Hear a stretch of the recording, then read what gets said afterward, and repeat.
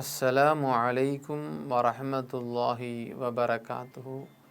அல்ஹம்துலில்லாஹி ரப்பில் ஆலமீன் வஸ்ஸலாத்து வஸ்ஸலாமு அலா சய்யிதினா முஹம்மதிர் ரசூலில்லாஹி ஸல்லல்லாஹு அலைஹி வஸல்லம். அம்மா பஅத்.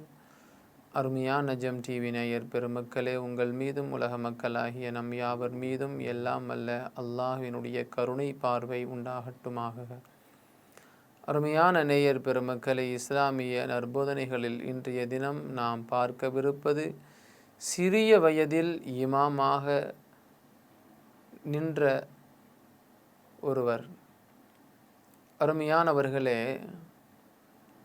கல்வி ஒரு குழந்தை சிறிய வயதிலேயே கற்று அவருடைய திறமையை பார்க்கிற பொழுது நாம் ஆச்சரியம் அடைகிறோம். இப்போ நிறைய இன்றைக்கு நவீன உலகத்தில் சில குழந்தைகளை பார்க்கிற பொழுது சிறிய வயதிலேயே சாதிக்கிறார்கள். சயின்டிஸ்ட் செய்யக்கூடிய சில வேலைகளை சிறிய குழந்தைகள் செய்து சாதனை படைத்ததாக நாம் செய்திகளில் பார்க்கிறோம். அதே போன்று மேக்ஸு, பெரியவர்கள் செய்கிற அந்த கணக்குகளை இலகுவாக சிறிய பிள்ளைகள் செய்து சாதனை படைத்தார்கள், செய்திகளிலே பார்க்கிறோம். இப்படி சிறிய வயதிலே சில பிள்ளைகள் சாதனை செய்கிற அளவிற்கு தன்னுடைய அறிவாற்றலை வளர்த்து சாதிக்கக்கூடிய செய்திகளை பார்க்கிற பொழுது நாம் மகிழ்ச்சி அடைகிறோம். நபிகள் பெருமானார் ஸல்லல்லாஹு அலைஹி வஸல்லம் அன்னவர்களுடைய காலத்திலே ஒரு 7 வயது சிறிய ஒரு சஹாபி இமாமாக நின்று தொலை வைக்கிற அளவிற்கு தகுதி அடைந்திருக்கிறார்.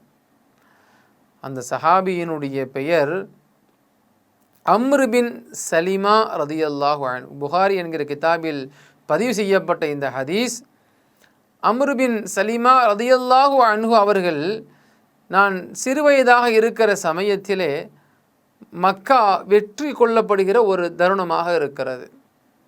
நபிகள் பெருமானார் ஸல்லல்லாஹு அலைஹி வஸல்லம் அவர்களுடைய பெரும் முயற்சியினால் ஃபத்ஹே மக்கா என்று சொல்லப்படுகிற வெற்றி வாகையோடு நபிகள் பெருமானார் ஸல்லல்லாஹு அலைஹி வஸல்லம் அவர்கள் சஹாபா பெருமக்களுக்கு பிரசங்கம் செய்கிறார்கள், தொழுகை நடத்தி தருகிறார்கள்.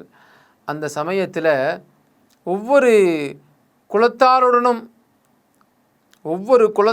ஒவ்வொரு சமூகத்தாரும் நபி அவர்களுடைய வெற்றியை அறிந்து கொண்டவர்களெல்லாம் நபி அவர்களுடைய கரத்தை பிடித்து நபி அவர்களை பார்த்து அஷ்ஹது அல்லா இலாஹ இல்லல்லாஹு அஷ்ஹது அன்ன முஹம்மதர் ரசூலுல்லாஹ் என்ற திருக்கலிமாவை கூறி, நபிகள் நாயகமே, நீங்கள் போதிக்கக்கூடிய போதனைதான் சத்தியமானது, ஆகையினாலே உங்களை நாங்கள் ஏற்றுக்கொள்கிறோம் என்று ஒவ்வொரு மக்களும் ஒவ்வொரு ஊரிலிருந்து கிளம்பி வந்து நபி அவர்களுடைய கரத்தை பிடித்து இஸ்லாமிய மார்க்கத்தின் பக்கம் வருகிறார்கள் அன்றைய காலகட்டத்தில்.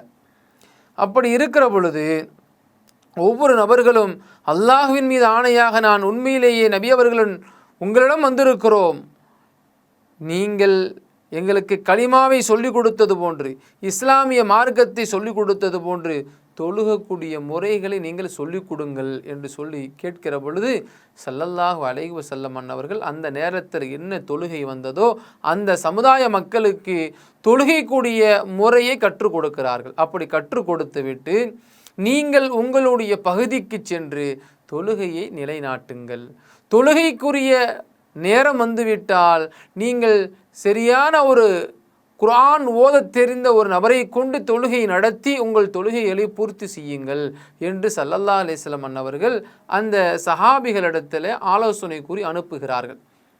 இப்போ அந்த மக்கா வெற்றிக்கு பின்பு ஒவ்வொரு சமுதாயத்தை சார்ந்தவர்களும் கூட்டமாக வந்து இஸ்லாத்தை தழுவி விட்டு அவர்கள் ஊர்களுக்கு செல்கிறார்கள். தொழுகை நடத்த முயற்சி செய்கிற பொழுது அங்கே குர்ஆன் நல்ல முறையில் ஓதக்கூடிய ஆற்றல் உள்ளவர்களை தேடி அவர்கள் தொழுகைக்காக நியமனம் செய்கிறார்கள். அதுபோல அம்ர் பின் சலிமா ரதியல்லாஹு அன்ஹு அன்னவர்களும் அவர்களுடைய தாயார், அவர்களுடைய தந்தையார் போன்ற குடும்பத்தினரெல்லாம் இஸ்லாமிய மார்க்கத்தை ஏற்கனவே தழுவி இருந்தார்கள். அந்த சமயத்தில் வந்து அவர்களுடைய ஊர்வாசிகளெல்லாம் இஸ்லாமிய மார்க்கத்தை தழுவி வந்து நிற்கிறார்கள் தொழுகைக்காக வேண்டி. அங்கே தொழுக வைப்பதற்கு யாருமே கிடைக்கல. அப்போது ஒரு சால்வையை போர்த்திய நிலையில் ஒரு ஓரமாக நின்று கொண்டிருந்த அம்ர் பின் சலிமா ரதியல்லாஹு அன்ஹு அவங்க அங்கே இருக்கக்கூடியவர்களிலேயே குர்ஆன் நல்ல முறையில் ஓதும் பழக்கமுடையவராக இருக்கிறார்.